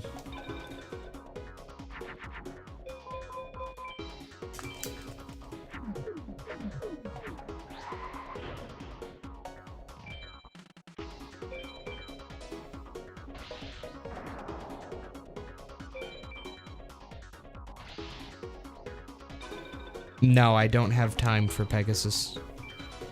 Because the only farming you do against Pegasus are A-Techs, and I don't have time to do an A-Tech. The duel just takes too long.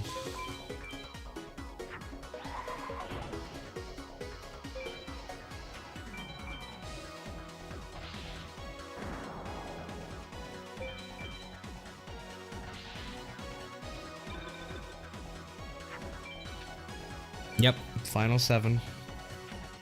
It'll always be final 7 when I do these attempts.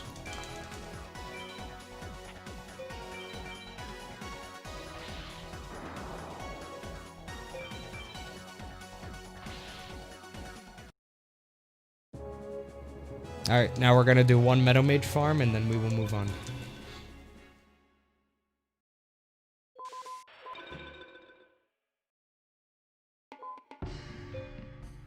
Damn, no Dark Energy. Alright.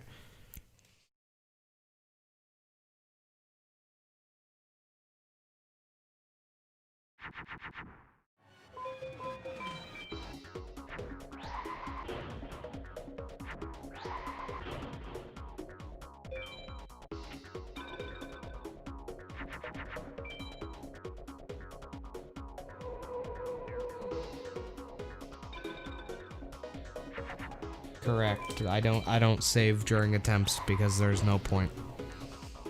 If I lose any duel, the run is over anyways, so there's no point in saving. Because I'm never gonna load the save.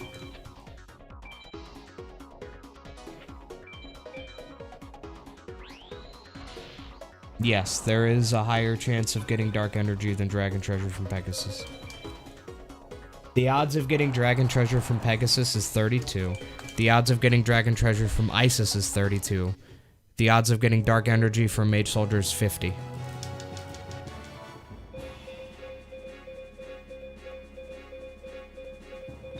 That's so stupid. Fuck that. I want to do another duel. I'm so mad at those drops that I want to do another duel really badly now.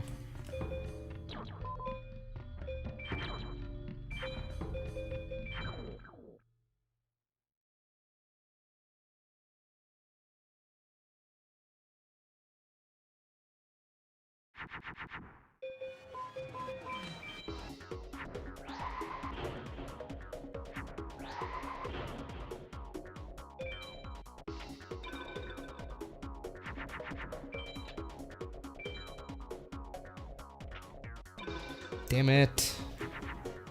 Ah. Please don't be a wall or a shield. Just this once, please. Oh, why? Just this once! Fuck.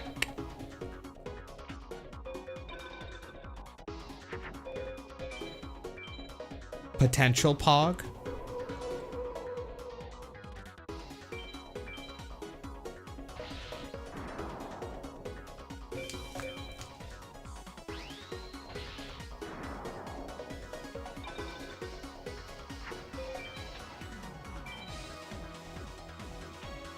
Crisis isn't gone yet.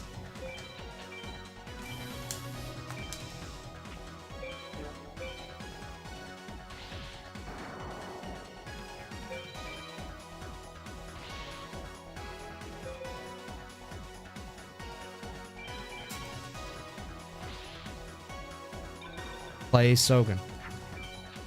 That would have been awesome if it happened. Will this still be an APOW? I'm not sure. I think so.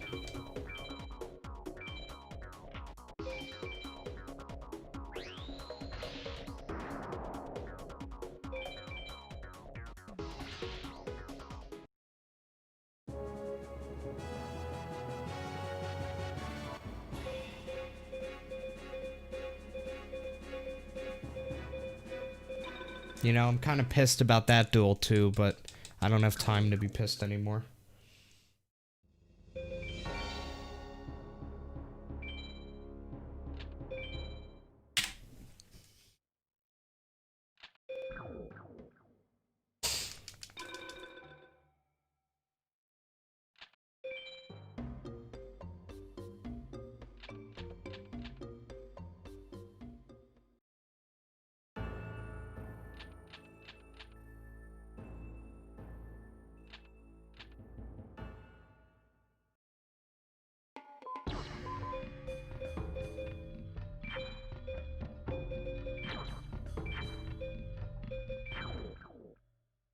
Yeah.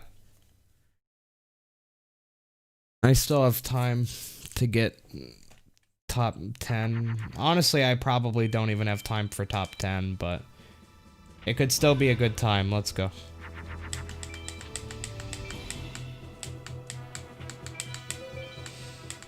The issue, though, is that I have one equip, and I have to kill cards like that. So, yeah. A little bit of an issue, I'd say.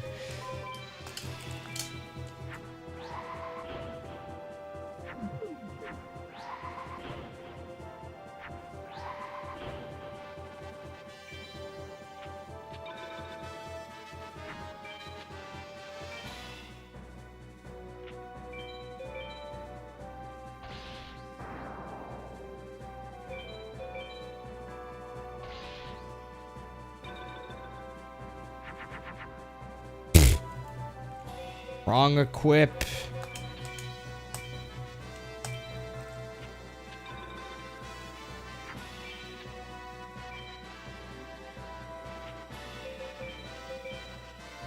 Well, there goes that run.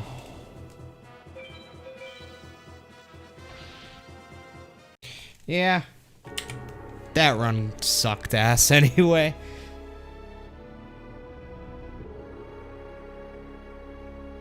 What is wrong with... Okay, here's what we need to do to my splits. Are you guys ready for this shit?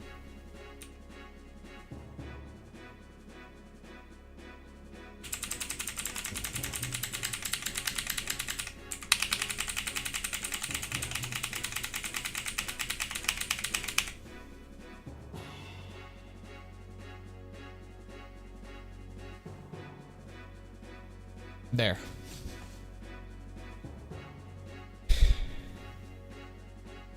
What do you mean, can't I reset? You mean, can't I just load the save file and try again? Yes, I could, but I don't have the time to do that if I want to get a good time. If I lose a duel at any point, world record instantly becomes impossible. And getting a top 10 time becomes just about impossible. So if I lose a duel at any point during the speedrun, the odds of me getting a time in the top 10 becomes so incredibly low that it's just not worth the time of continuing the run. So yeah, if I lose a duel at any point during the speedrun, it's no longer worth my time completing. Duelist Kingdom will be announced during the grand finals of the tournament that's going on right now.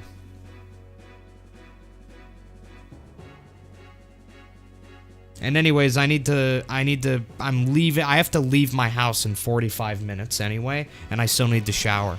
So this actually works out perfectly. I have 45 minutes to get ready, take a shower, and get ready to leave.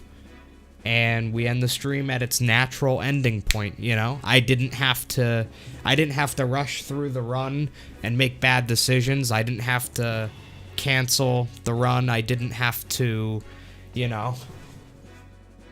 I didn't have to, you know, stop a run midway through. I didn't have to stop my live stream like an hour and a half before I had to leave, like too long. So yeah, this is a good natural end to this live stream, boys.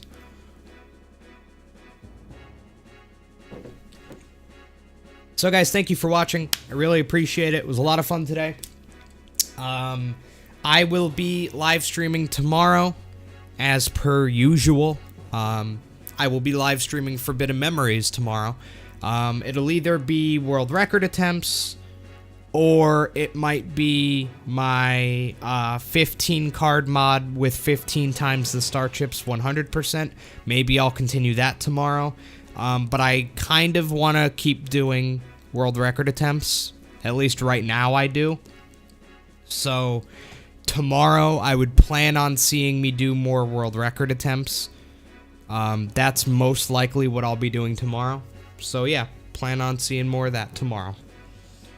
As far as tonight goes, I probably will not live stream tonight. This is probably it for today. But I might, who knows? Who knows? If I did live stream tonight, it would not be Forbidden Memories.